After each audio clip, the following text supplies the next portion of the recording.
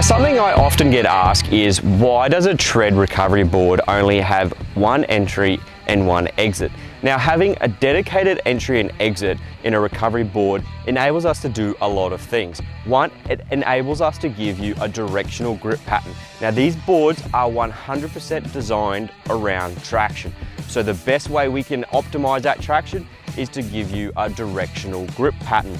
The next thing is, without creating an entry and exit ramp, we're not creating a cupping effect on the terrain itself. Having that open exit here actually helps that board sink down in and create a level of A, better traction surface because it pulls the board down easier, and B, it actually then creates resistance through these actual channels here to stop the board from sinking down too far into the terrain. Now, we always recommend attaching a leash, and that is why we give you a pair of leashes with every single TRED sold. You attach a leash to the side of your recovery board, pull it out, so that way it's a lot easier to retrieve that recovery board after a recovery situation.